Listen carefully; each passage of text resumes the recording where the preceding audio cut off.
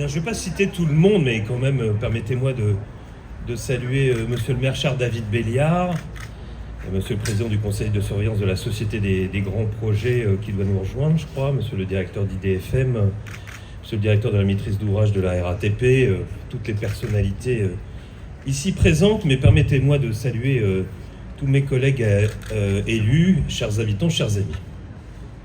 Alors désolé, je me dois de vous faire une petite confidence.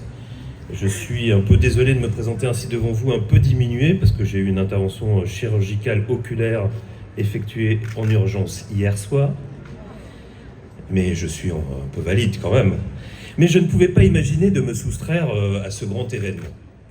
Et c'est donc évidemment avec beaucoup d'émotion que je me tiens ici face à vous pour inaugurer la nouvelle station Maison Blanche, la seule gare parisienne du réseau du Grand Paris Express. L'ouverture très attendue de cette nouvelle station est évidemment une véritable chance, voire j'oserais dire une petite révolution locale. Alors pourquoi ? Car c'est l'exemple concret de projets qui transforment véritablement la vie des gens et le quotidien de tout un quartier et de tout un arrondissement. Et il me semble inutile de me lancer dans un descriptif précis de la ligne et des villes desservies, car je préfère laisser la parole à celles et ceux qui le feront mieux que moi. Mais je tiens à réaffirmer notre grande satisfaction, car le 13e est ainsi sur le trajet de cette épine dorsale du Grand Paris Express qui constitue la principale liaison nord-sud du réseau parisien. Les 15 km de lignes supplémentaires desserviront en effet plus d'une dizaine de villes, un aéroport, des centres d'excellence hospitaliers et des zones d'activité économique franciliennes. Et tout en offrant des correspondances évidemment avec les lignes du cœur de la capitale et celles du Grand Paris Express. Et nous le savons, nous assisterons à un grand basculement des habitudes.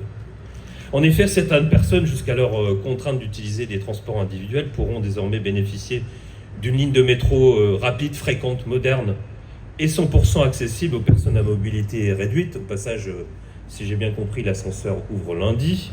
Et je tiens à souligner ce dernier plan car je suis très concerné et attaché à l'accessibilité et nous avons collectivement, sur ce sujet, encore beaucoup à faire.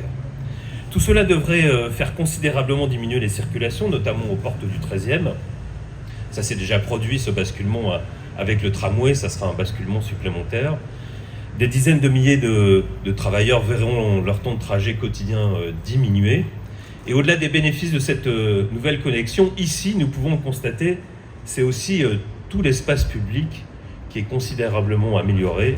Et les habitants, les commerçants seront les premiers à en bénéficier. L'ensemble des usagers pourront profiter de ce nouvel équipement, accueillant des commerces et un parvis végétalisé. Ils pourront aussi admirer chaque jour l'œuvre d'art suspendue au-dessus des deux émergences, ou encore continuer leur chemin grâce aux différentes correspondances de métro et de bus. Nous assisterons donc à une grande avancée pour les transports, une grande avancée pour ce site plus largement, et une grande avancée pour le 13e.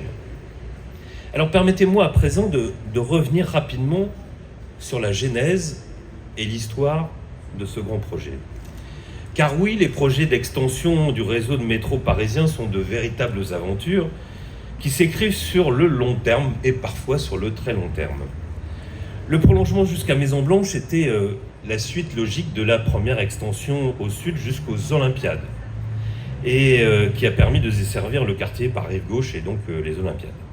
Pourtant, le projet ne partait pas sous les meilleurs auspices pour le 13e arrondissement. Le passage de la ligne 14 par la station Maison Blanche n'était pas une évidence. Cette station n'apparaissait tout simplement pas dans les plans initiaux, y compris dans les documents présentés lors de l'enquête publique pour les transports du Grand Paris. Et face à cette situation, nous ne nous sommes pas résignés, pas trop de genre dans le 13e. Bien au contraire, nous nous sommes mobilisés et à force de manifestations, de pétitions, d'interpellations, nous avons finalement été entendus. D'ailleurs, j'ai moi-même remis au commissaire enquêteur de la Commission nationale du débat public une pétition signée par des milliers d'habitants et d'usagers du 13e, dont certains sont probablement parmi nous aujourd'hui. Mais au-delà de ce geste, un peu théâtral, je vous le concède, nous avons gagné. Et nous avons gagné le principe d'une station qui a été demandée par le résultat de l'enquête publique. Ensuite, il y a eu évidemment toutes les études, des discussions, des allers-retours entre les décideurs. On avait étudié y compris une implantation à la place de Rungis. Finalement, elle a été abandonnée, mais le début des travaux que nous connaissons en 2016 ont été évidemment la conclusion de tout cela.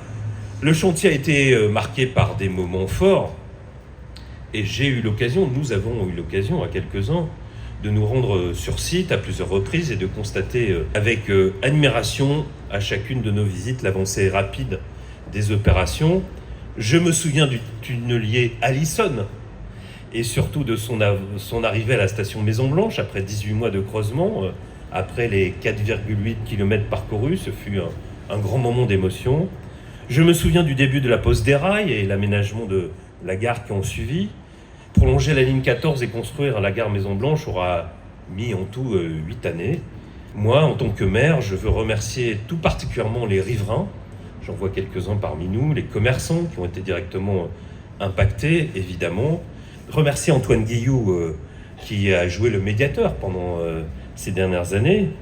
Alors, ce fut parfois rude, mais il y a une décision que je ne regrette pas d'avoir prise, une décision cruciale, une décision que nous avons dû prendre très rapidement ensemble, et qui a considérablement atténué les nuisances autour du chantier, c'est l'installation de la base vide chantier et tout l'approvisionnement sur la petite ceinture. Et je peux vous assurer que nous avons collectivement tout essayé afin de limiter au mieux les impacts de ce colossal chantier. Et je veux remercier tous ceux qui se sont impliqués, ceux qui ont fait, ceux qui ont agi, ceux qui ont aussi vécu à proximité, et il y en a eu tout de même un certain nombre de nuisances. Je remercie tout particulièrement Catherine Barudoni pour son rôle de relais d'information et de contact avec les riverains et commerçants pendant toutes ces années. Je remercie aussi les équipes de la RATP, de la Société des Grands Projets, d'avoir impliqué les habitants, les usagers, dès que possible dans ce projet, grâce à des consultations, des réunions publiques, avec au passage de belles opérations destinées aux classes du 13e.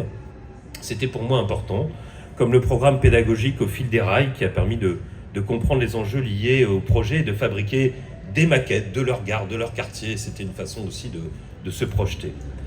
Alors bon, nombre d'entre vous connaissent déjà mon attachement à l'art et à la culture, et vous seriez certainement déçus si je n'évoquais pas l'œuvre monumentale River of Air de Ned Kahn que nous inaugurons également aujourd'hui.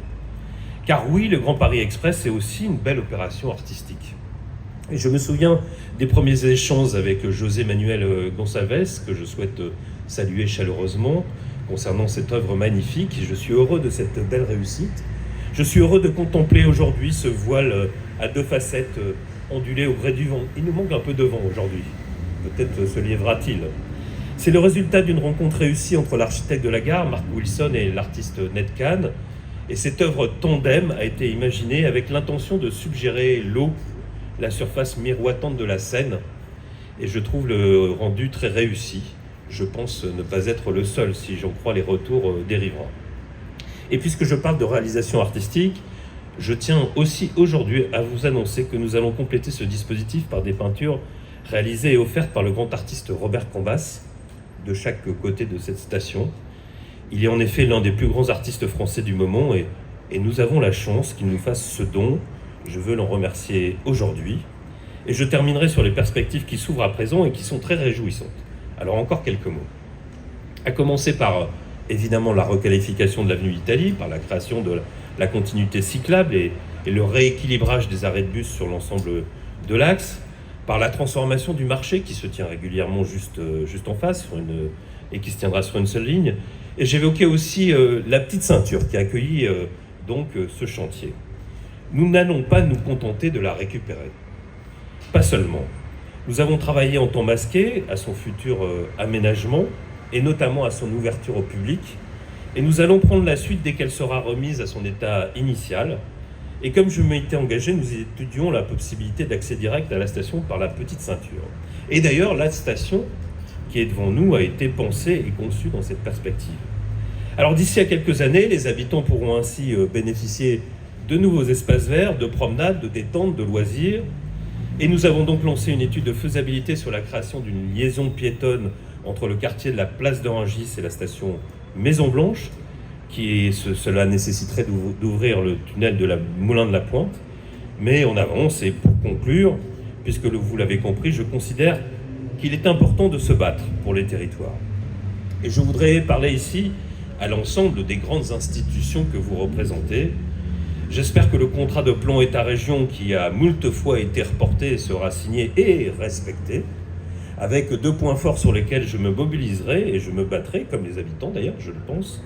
Je veux parler évidemment de la prolongation de la ligne 10 vers Ivry et Vitry. Et je veux parler également des études de prolongation de la ligne 5 vers cette fameuse place d'Orangis. Vous l'avez constaté, nous sommes patients, mais nous sommes aussi déterminés et nous espérons que ces projets connaîtront une suite aussi positive que la prolongation de la ligne 14. Alors je vous renouvelle pour conclure mes remerciements aux riverains, aux usagers, aux commerçants, aux conseils de quartier pour leur patience et leur présence aujourd'hui. Je remercie très vivement la Société des grands projets, la RATP, la maîtrise d'œuvre du projet, les architectes, les entreprises de travaux, l'artiste, Netcan évidemment, toutes les personnes qui ont contribué de près ou de loin à cette formidable création. Vous pouvez en être fiers. Merci à tous pour votre travail accompli. Nous avons tous besoin actuellement de nous retrouver autour d'événements positifs et cette inauguration en est une belle illustration. Alors pour celles et ceux qui souhaiteraient prolonger la fête, je vous invite au concert que nous organisons dans le cadre de notre festival culture très estival, mais aussi pour célébrer la station Maison Blanche, ce soir même. Et je vous donne donc rendez-vous à 19h dans le jardin Moulin de la Pointe Paul Quélès, situé juste en face de nous, ce soir. Ça sera l'occasion de fêter de manière plus large ce bel événement. Merci à toutes et à tous. Merci Jérôme Coumer.